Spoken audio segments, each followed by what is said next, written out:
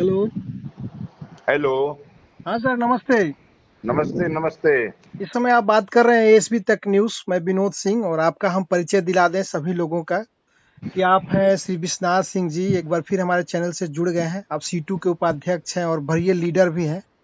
तो बहुत दिनों के बाद हमारे चैनल पर सर आए हैं, इसके लिए आपका बहुत-बहुत स्वागत है। और हम जानना चाहेंगे सर कि आपसे जुड़े तमाम एएनएम और एनएचएम कर्मी जिसकी हड़ताल जो है कि स्थगित कर दी गई है, हम इस विषय में जानना चाहेंगे, पूरी जानकारी आपसे लेंगे। लेकिन सबसे पहले आपका स्वागत है सर। आपका आपके प्रयास का हम अपने संगठन की तरफ से अपने तरफ से स्वागत करते हैं। जी। सबसे पहली बात यह है कि हम लोग कोई राजनीतिक कार्यकर्ता नहीं, जी। हम सरकारी कर्मचारियों का संगठन चलाने वाले सरकारी कर्मचारियों के संगठन के नेता हैं। जी। तो सरकारी कर्मचारी के लिए एक नियम नियमावली और सर्विस कंडक्ट रूल बना हुआ है। जी। जी। उस सर्विस कंडक्ट रूल के दायरे में ही रह करके हमको आंदोलन करना है और आंदोलन को स्थगित करना है। जी। इसी अब जो अब दो किस्म के कर्मचारी हो गए। अब ये जो एनएचएम है यह स्वास्थ्य समिति है, और स्वास्थ्य समिति का गठन जी। अभी का जो इंडिया गठबंधन है वह यूपीए 1 की शक्ल में जब था, और वामपंथी दल के सांसद, खास करके भारत की मार्क्सवादी कम्युनिस्ट पार्टी के सांसद सरकार में शामिल नहीं होकर के एक न्यूनतम साझा कार्यक्रम बनवाए थे। जी। जी। तो स्वास्थ्य के क्षेत्र पर 5% जीडीपी का खर्च करने की घोषणा भारत सरकार के द्वारा जो न्यूनतम मतलब वादा किया गया था, जो न्यूनतम साझा कार्यक्रम था, जी। जी। और 18 राज्य भारत के जिनका स्वास्थ्य मानक कम था, जी। जी। उन राज्यों में चिकित्सकों को पूर्णतः जो है स्वास्थ्य संबंधी कार्य करने के लिए जी। जी। प्रबंधन प्रबंधन के जो कार्य थे उसके लिए जो है स्वास्थ्य समिति का गठन करके प्रबंधकीय पदों पर नियोजन किया गया। जी। जी। आगे आने वाले दिनों में पैसे बचाने के उद्देश्य से भारत सरकार और बिहार की सरकार या राज्य सरकारों के द्वारा स्वास्थ्य समिति के माध्यम से जो तकनीकी पद हैं उनको भी अल्प मानदेय पर नियुक्त कर लिया गया, और बढ़ती हुई बेरोजगारी और मजबूरी ने उनको योगदान करने के लिए बाध्य किया। जी। जी। और स्वास्थ्य समिति में ANM, GNM, CHO, pharmacist, X ray technician सहित अन्य कई पदों पर, तकनीकी पदों पर नियोजन किया गया। जी। इन जो नियोजन की शर्तों में ये यूपीए 1 की सरकार में वामपंथी दल के दबाव में भले 18 राज्यों के लिए स्वास्थ्य समिति का गठन हो गया, जी। लेकिन स्वास्थ्य समिति में कैसे नियोजन होगा, उन नियोजित कर्मियों की सेवा शर्त क्या होगी, यह जो है कर्मचारी के पक्ष में बनवाने में उस समय की भी परिस्थिति नहीं अनुकूल बनी जी। और जी। न बना पाया लोग। जी। अब जो स्वास्थ्य समितियां में जो नियुक्तियां हुई हैं उनमें इन लोग एग्रीमेंट किया है, जी। जी।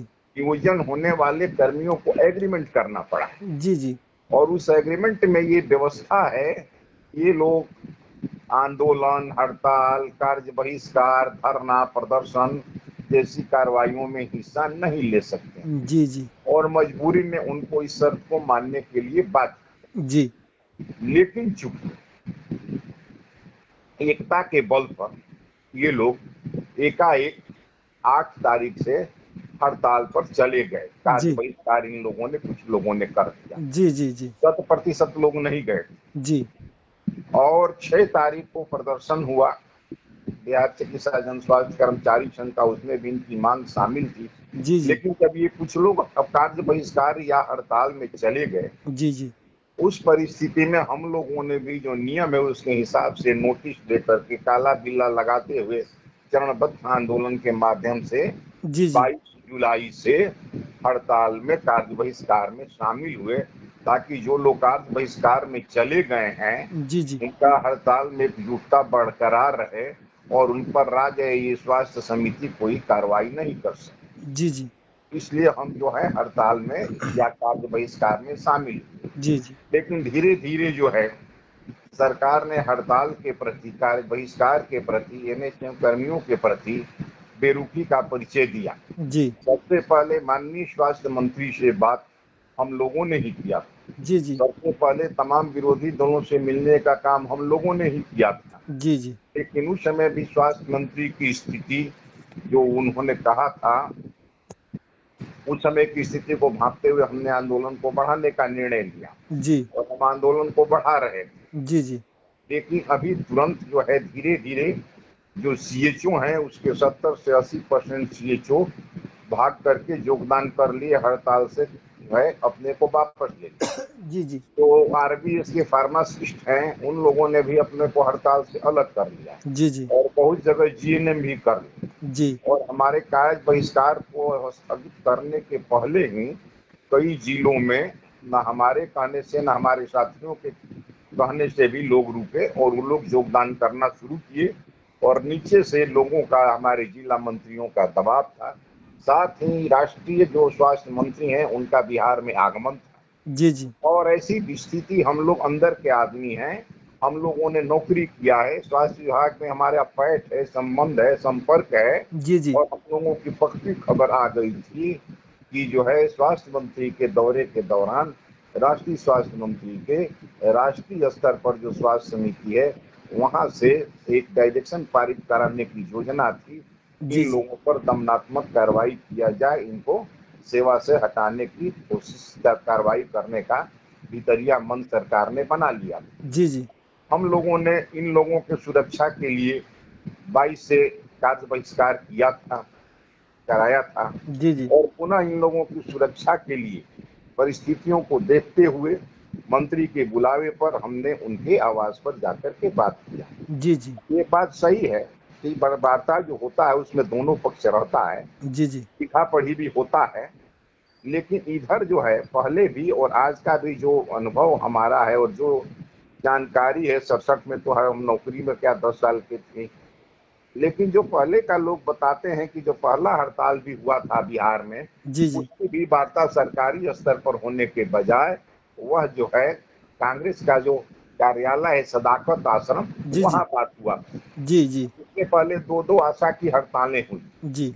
एक आशा की हड़ताल में हम तीनों लोग शामिल थे, जी, जी। E2, F2, ATF, जी, जी। लेकिन फिर भी कोई लिखित समझौता नहीं हुआ था। बल माननीय तत्कालीन स्वास्थ्य मंत्री मंगल पांडे जी के द्वारा घोषणा किया गया था और वह घोषणा भी आगे चल करके आदेश में बहुत हद तक परिवर्तित हुआ और जो 1000 रुपया पारितोषिक राशि देने के था, कुछ देर करके आदेश निकला और काफी देर करके उसका पैसे का भी भुगतान हो गया। जी, जी। ये किसी प्रकार से दूसरी बार जो हमारी वार्ता आशा के हड़ताल की हुई, वह कोई मतलब जो तय हुआ था उसका प्रोसीडिंग जो है राज्य स्वास्थ्य समिति ने निकाल करके और तत्कालीन माने प्रधान सचिव स्वास्थ्य को, जो अपर मुख्य सचिव अभी हैं प्रत्यय अमृत जी, उनको सूचित कर दिया गया था। उसकी सूचना दी गई थी कि ये समझौता हमारा हुआ है, जी, वो जी। प्रोसीडिंग निकला था। जी, जी। लेकिन जिस दिन माननीय स्वास्थ्य मंत्री के द्वारा हमें बुलाया गया था और उनके द्वारा जो आश्वासन दिया गया था और आदेश के संबंध में ये कहा गया था कि अभी जो है पूरा स्वास्थ्य विभाग राष्ट्रीय स्वास्थ्य, केंद्रीय स्वास्थ्य मंत्री के आने से व्यस्त है, उनको चल जाने दीजिए और जो सहमति बनी है वो लागू किया जाएगा, लागू कराया जाएगा। जी, जी। इस परिस्थिति में उनकी रक्षा और सुरक्षा, सेवा की रक्षा और सुरक्षा के लिए हमने हड़ताल को समाप्त नहीं किया है, माननीय मंत्री पर विश्वास करके हमने स्थगित किया है। और वैसे भी जो ये मजदूर आंदोलन चलाने वाले बड़े बड़े जो नेता हमारे हुए, लेनिन हुए या मार्क्स हुए, उन लोगों ने भी एक डायरेक्शन दिया है कि एक कदम आगे और 2 कदम पीछे हटा जाता है। परिस्थितियों का आकलन करते हुए, इन परिस्थितियों का आकलन करते हुए हमने हड़ताल को स्थगित किया है और हम अपनी शक्ति को पुनः संजोएंगे और यदि जो बातें माननीय स्वास्थ्य मंत्री के द्वारा कहा गया है जी, जी। यदि वो नहीं लागू होगा तो फिर हम लड़ाई के मैदान में जाएंगे जी, जी। और हम लड़ेंगे। जी, जी। हमें ये बताएँ कि कई लोगों ने यह पूछा है कि जो हमने हड़ताल किया था, उस दरमियान जो हमारा वेतन या मानदेय नहीं बना है, उसका क्या होगा सर? इसके विषय में कुछ तो जानकारी वह आपके पास?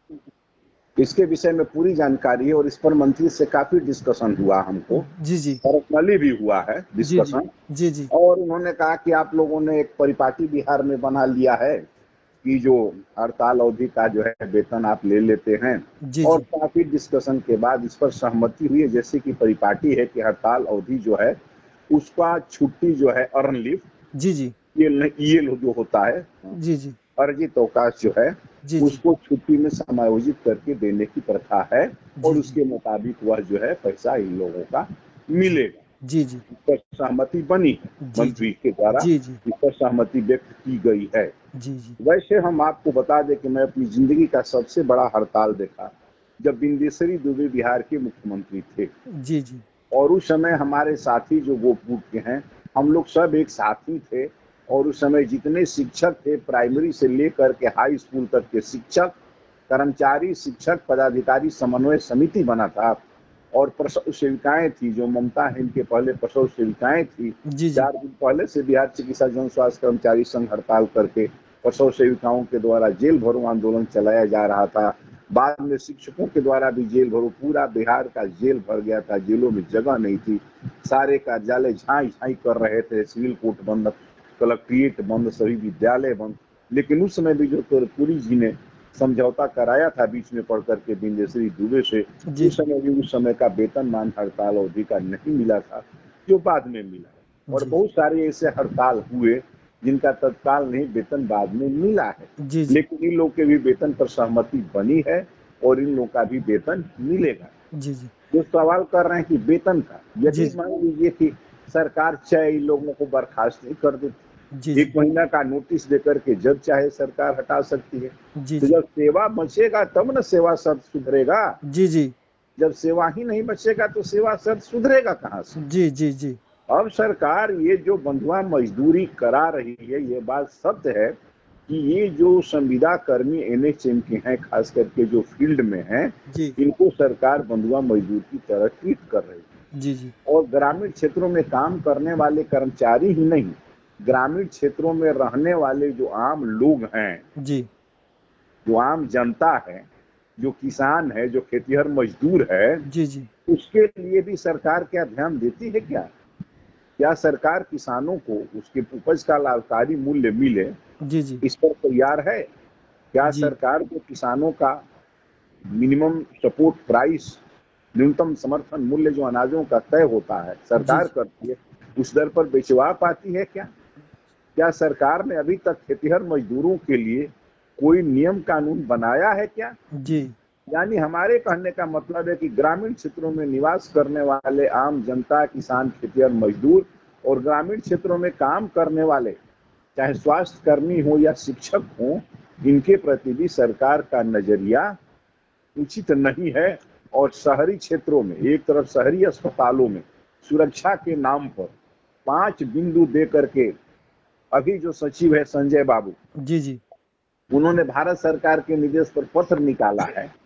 तो शहरी अस्पतालों में काफी सुरक्षा की व्यवस्था और ग्रामीण क्षेत्रों में काम करने वाली एनएम और महिला कर्मियों की कोई सुरक्षा व्यवस्था किए बगैर जो 9 से 5 काम करने की बात कही जा रही थी, उस एफआरए सिस्टम का शुरू से भी हम विरोध कर रहे हैं और आज भी विरोध कर रहे हैं। और पुनः हम स्थगित किए, हम पूरे बिहार के जो स्वास्थ्य उपकेंद्र हैं उनकी भौगोलिक स्थिति, भौतिक स्थिति सबका आकलन करके हम श्वेत पत्र प्रकाशित करेंगे। और जो भी कठिनाई वहां पर एफआरए सिस्टम के तहत, चाहे नेट नहीं आए, चाहे उपकेंद्र नहीं है, जो भी है, तो सभी से हम आह्वान करेंगे कि वो लोग जो है योगदान करने के बाद, काम शुरू करने के बाद जो भी कठिनाई आए उसकी लिखित सूचना अपने प्रभारी सिविल सर्जन और संगठन को उपलब्ध करावे, ताकि पुनः हम एक विस्तृत रूप पर इस चर्चा कर सकें। जी हम अंत में सर यह जानना चाहेंगे आपसे कि आपसे तो आशा कार्यकर्ता भी जुड़ी हुई है, ममता और वैक्सीन कुरियर तमाम लोगों के बारे में अगर कोई ताजा अपडेट आपके पास हो तो बताएं सर। अभी कोई वैसा ताजा अपडेट नहीं है जी आशा के संबंध में या ममता के या कुरियर के संबंध में। जी जी अभी कुरियर का बहुत जगह पर पैसा नहीं मिल रहा है, जी लेकिन पैसा चला गया है। वहाँ स्थानीय स्तर की समस्याएं हैं। जी जी स्थानीय स्तर पर उन लोगों को वहाँ संघर्ष करना चाहिए। और हम बिहार चिकित्सा जन स्वास्थ्य कर्मचारी संघ के संगठन के नेताओं से भी बात करेंगे कि इसके संबंध में अपने जिला मंत्रियों को निर्देशित करें तो उन लोगों का भुगतान कराएं। और जो आशा कार्यकर्ता का 1,000 रुपया जो बकाया 16-16 हजार गया, जी, ये जी। बहुत जगह पर बहुत लोगों को जो नहीं मिल पाया है, जी, जी। उन लोगों को भी चिकित्सा संघ के लोगों से और आशा के नेताओं से अनुरोध करेंगे कि वे लोग जो हैं जिस चीज का नहीं मिला है वो आवेदन प्रभारी से फॉरवर्ड करा करके सिविल सर्जन के यहाँ जमा करे, उसकी एक कॉपी संघ को दे, जी, जी। ताकि जो बकाया राशि रह गया है उसका भुगतान कराने की व्यवस्था कराई जा सके। जी। तो इस समय हमारे साथ बात कर रहे थे विश्वनाथ सर थे, लगातार जो है कि सभी बातों पर नज़र रखे हुए हैं और आने वाले दिनों में जैसी स्थिति रहेगी वैसे काम किया जाएगा, इनका कहना है। तो बहुत-बहुत धन्यवाद सर हमारे साथ बने रहने के लिए सर। जी, जी, आपको भी। Thank you.